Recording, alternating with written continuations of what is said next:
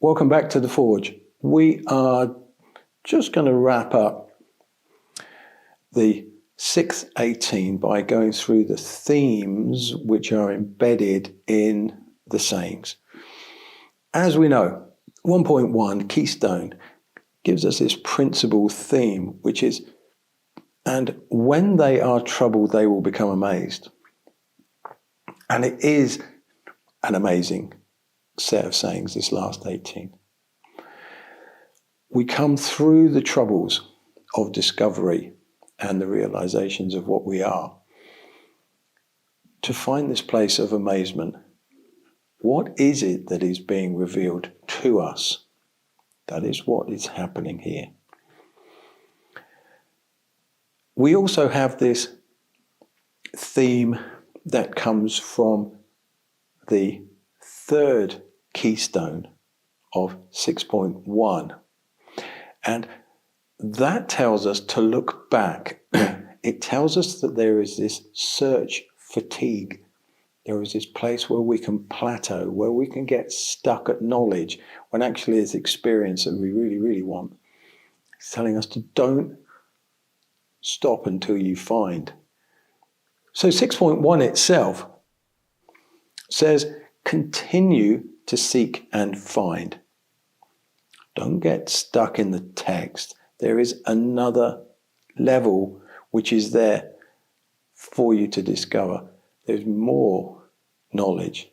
There's more experience that will be revealed to you.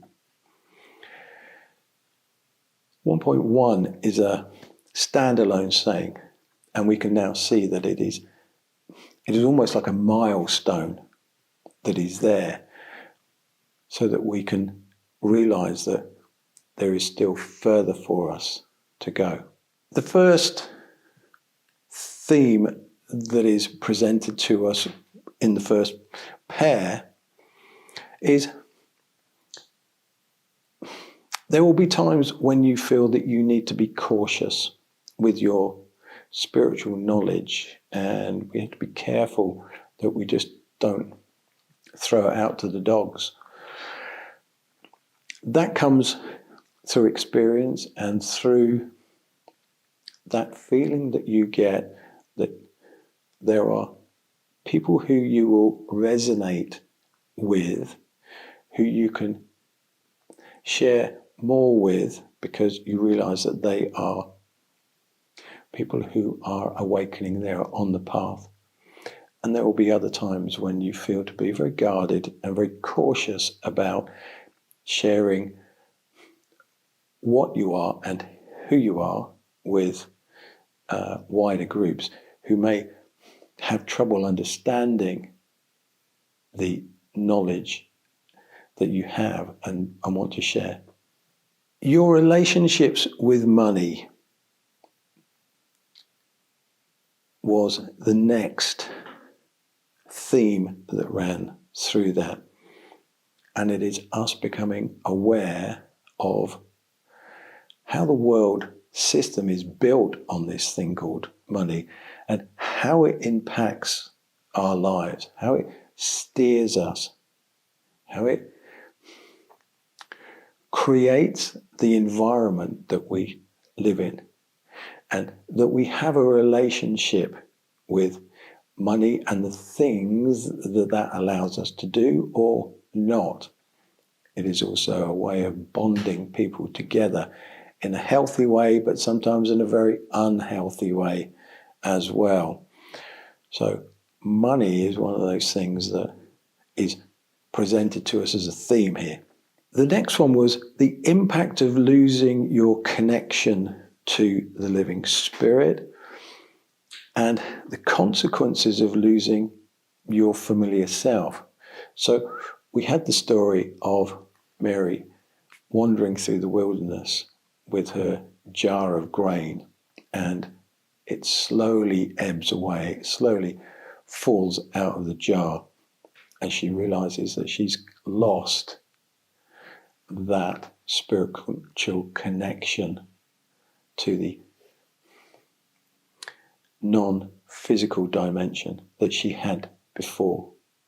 Through circumstances that she finds herself in. And that is a very natural place for us to encounter.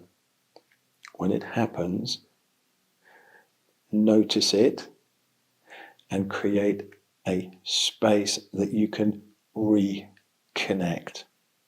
It will happen to all of us. The other side of the saying was losing the familiar self. This is the sword that is thrust into the wall. And it's that steady awareness that we need to intercept our responses and our reactions and our thoughts. It is being the passerby, it's being that witness that can see how the familiar self works and how it creates our emotional and mental responses to the world around us.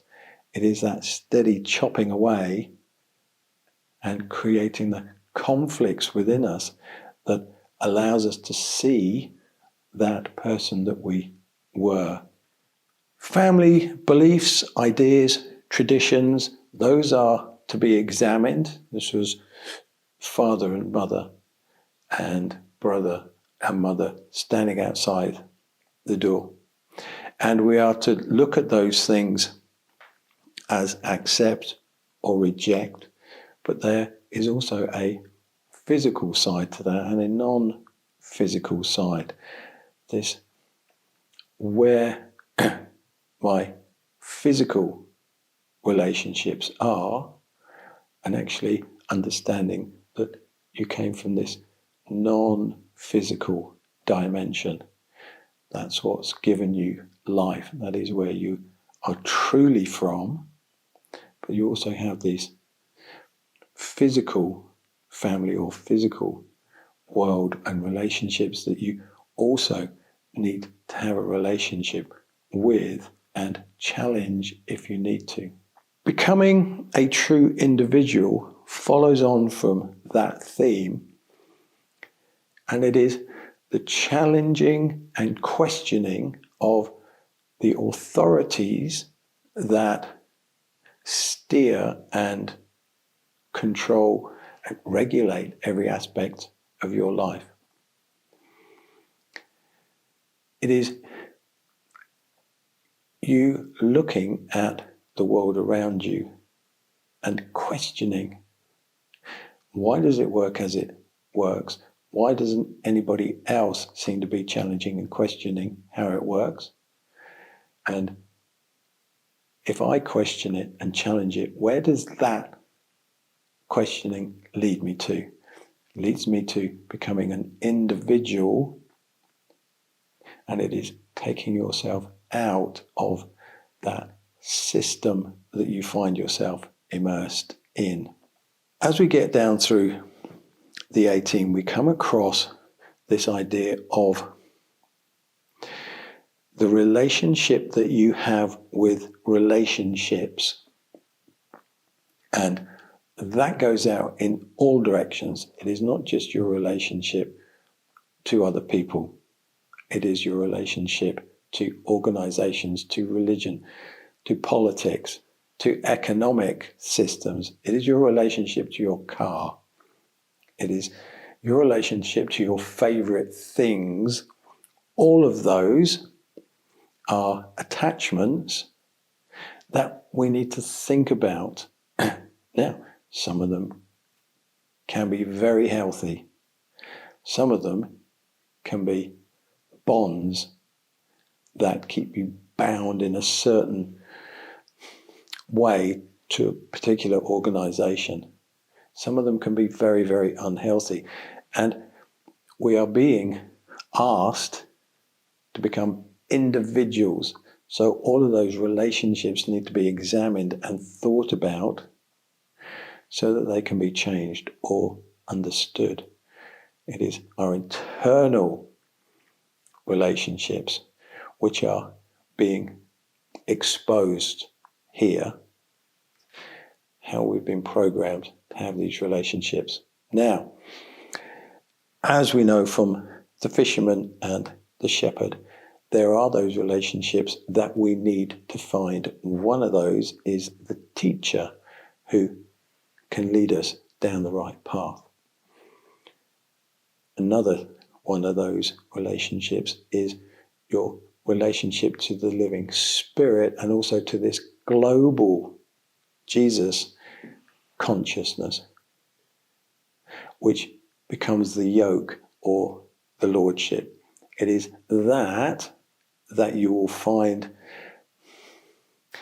is the support or the presence that you feel. It becomes a very tangible feeling around you, as if you are in a bubble. Those are the relationships that you have to foster.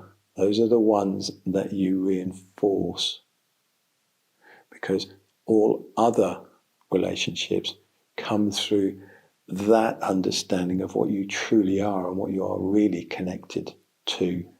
The last three sayings that we have bring in the end of 1.1, and this is where we find, and they will reign over all, and in reigning they will find rest.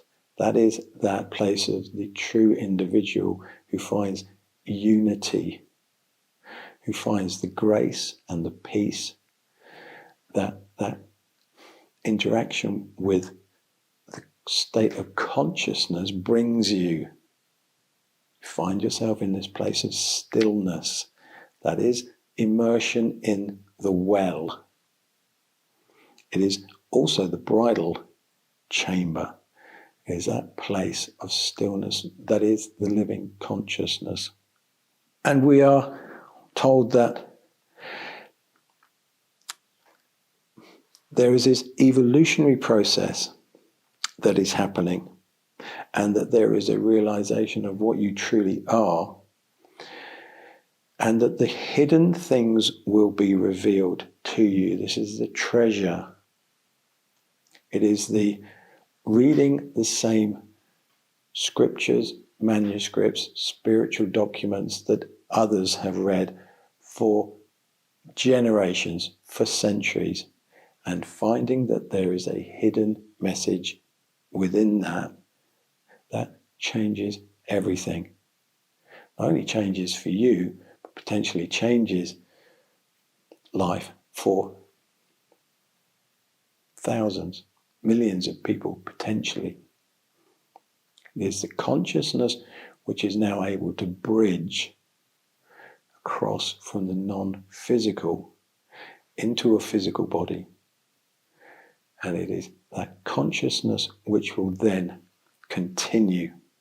And that is the message in the last saying, 6:18, where Jesus says, "Behold, I will lead Mary." What he's saying is that my consciousness, the consciousness that I am connected to, this global consciousness, will now move into Mary. She will become the same as me. And it is that consciousness that we are being asked to connect to.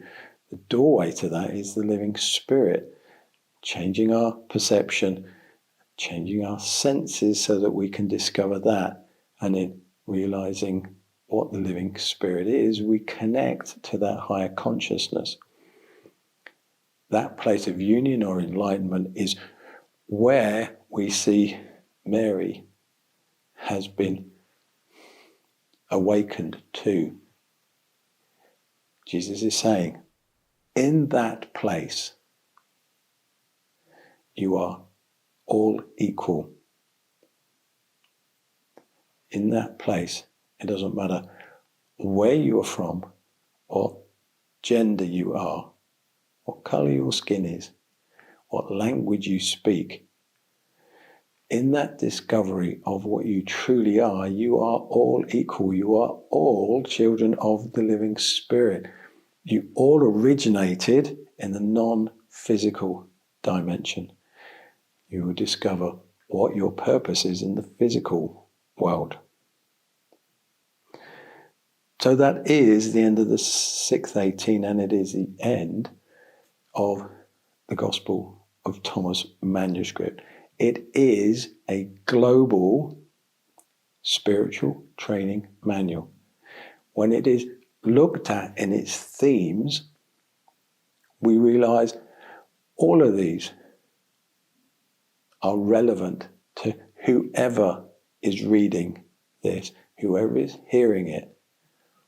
If you are on a path, if you are a person of potential, you are not here by accident.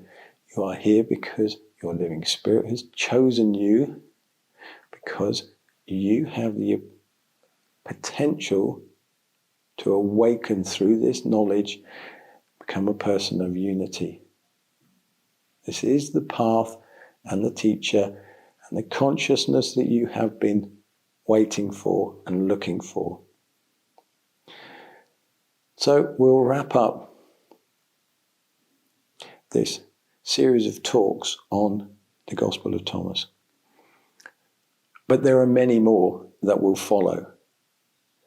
And it is your questions and it is the experiences that you would like to have highlighted or shared or spoken about that will continue this series of talks. So, for now, from the Forge, thank you very much.